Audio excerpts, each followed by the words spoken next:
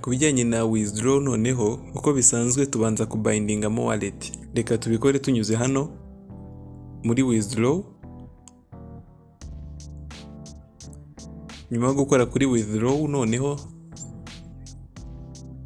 turaza kubanza batubwire gushyiramo wallet, add it now, add withdraw method.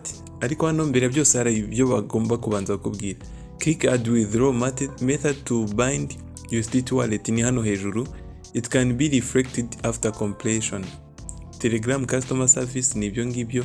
Mu gihe wenda bidakunze, reka tubanze tuze kureba wallet hano muri Binance. Ngiye niyo wenda ndi bukoreshe, nawe ushobora kuba ufite indi wakoresha, ariko ngiye nkoresha Binance. Ushobora kuza hano muri spot nkakora deposit kugira nze kubona iyo withdraw crypto, nkahitamo USDT hano.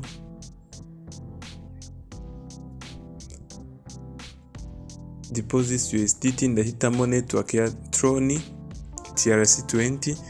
Ngiyi wallet yanjye, nkore copy ahangaha, wallet copied. Hanyuma nze noneho gukora kuri add withdraw method. Hano hejuru mu ibara ry'ubururu ahanditse add withdraw method, type USDT, network ni TRC, confirm, please enter network address. Hano hakurikiyeho nyishyiremo ni ya indi maze gukorera copy. Hano duhite dushyiramo transaction password, ubundi nkore submit.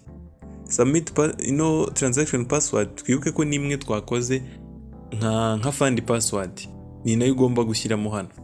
Urakora submit ubundi utegerezeho akanya katarambiranye.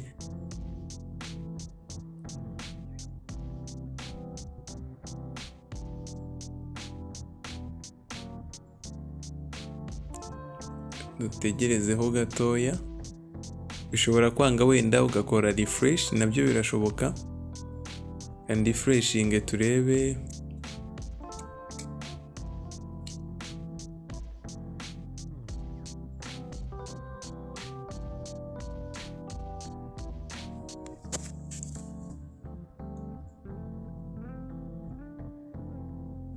Hari igihe hano bishobora guterwa na connection wenda uri gukoresha. Ndabona hano yambanye nkeya.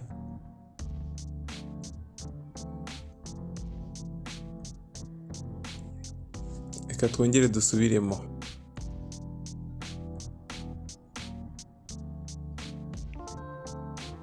Ndi nkore submit.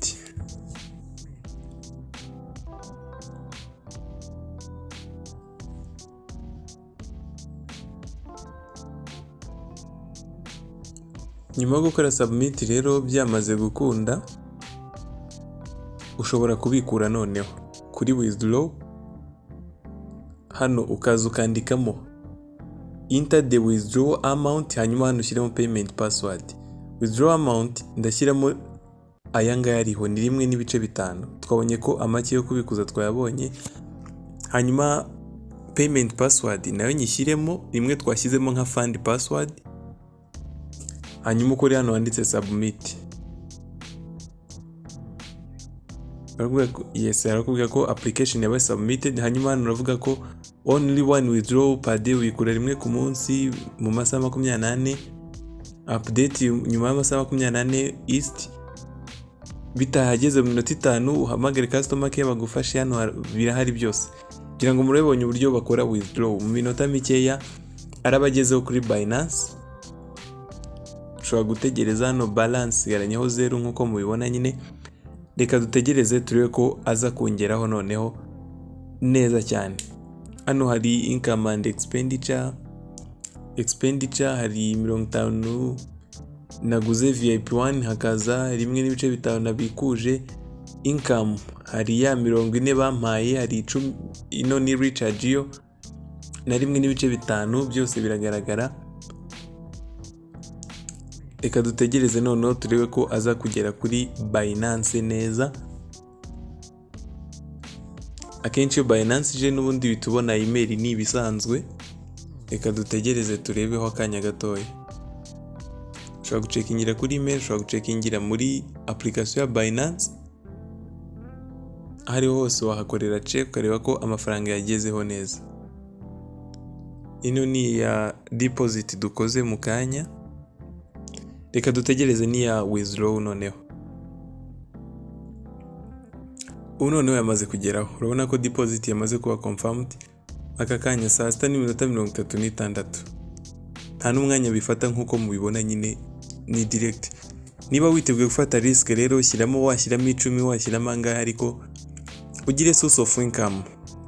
Dusoreje rero, turabashimiye mwese twabanye, naho ubutaha mu zindi video.